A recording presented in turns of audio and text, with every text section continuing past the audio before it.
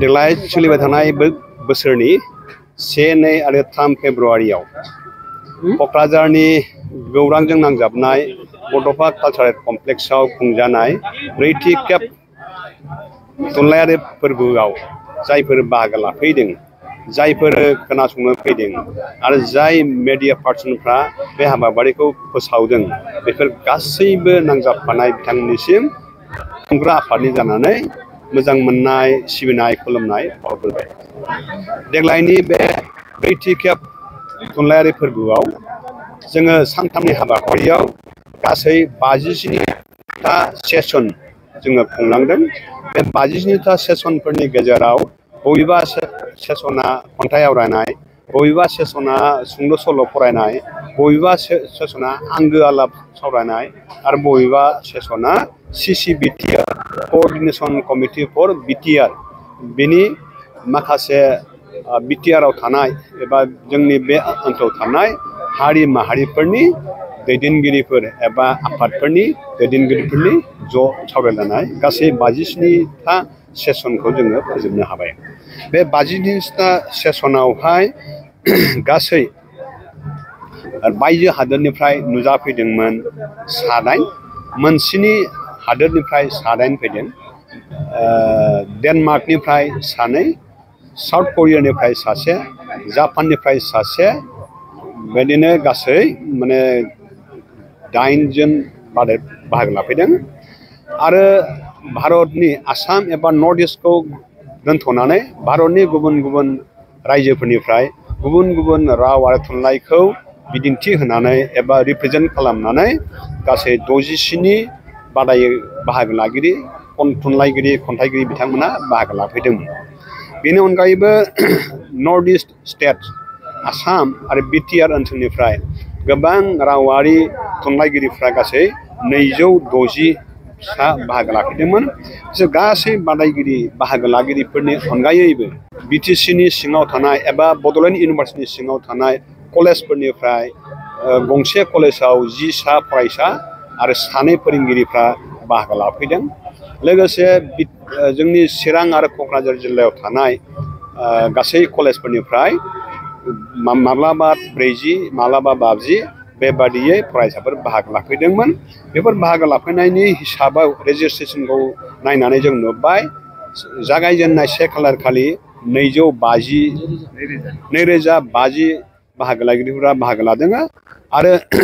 नैथि सान 2 फेब्रुआरि आरो थामथि सान 3 फेब्रुआरियावहाय 1800सो बाहागो लागिरिफ्रा बाहागो लाफैदोंमोन। बे बाहागो लागिरि बिथांमोननि गेजेराव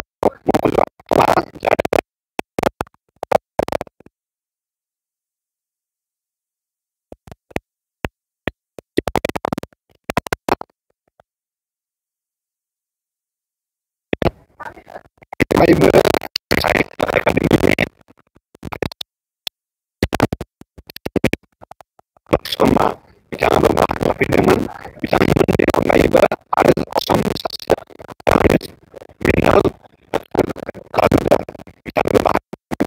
बिथांमोननि बाहागो लानायनि अनगायैबो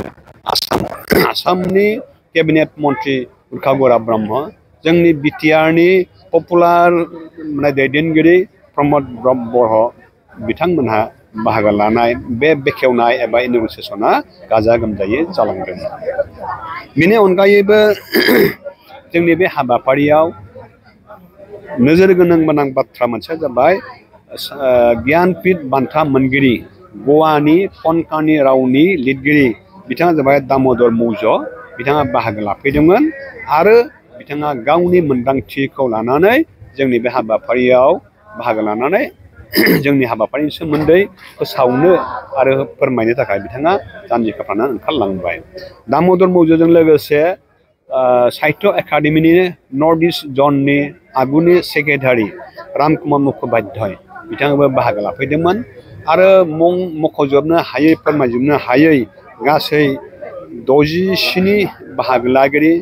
आसाम BTRफोरनि 210 आरो फरेननि 8 आरो गोबां बाहागो लानायजों जोबलांबाय।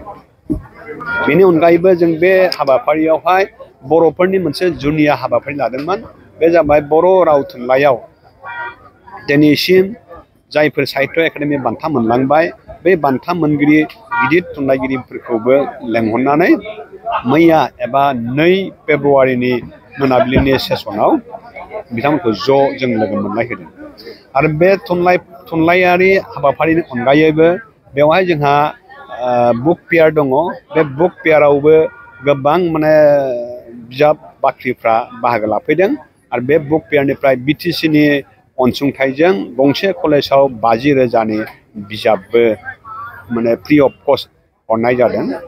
आरो गासैबो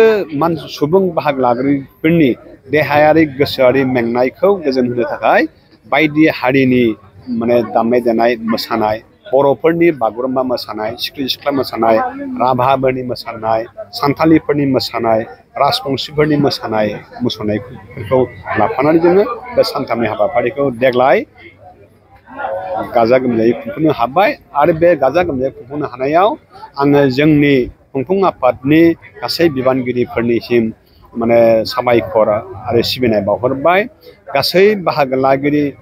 बिथांमोननिसिम माने साबायखर बावबाय आरो जोंनि बे हाबाफारिखौ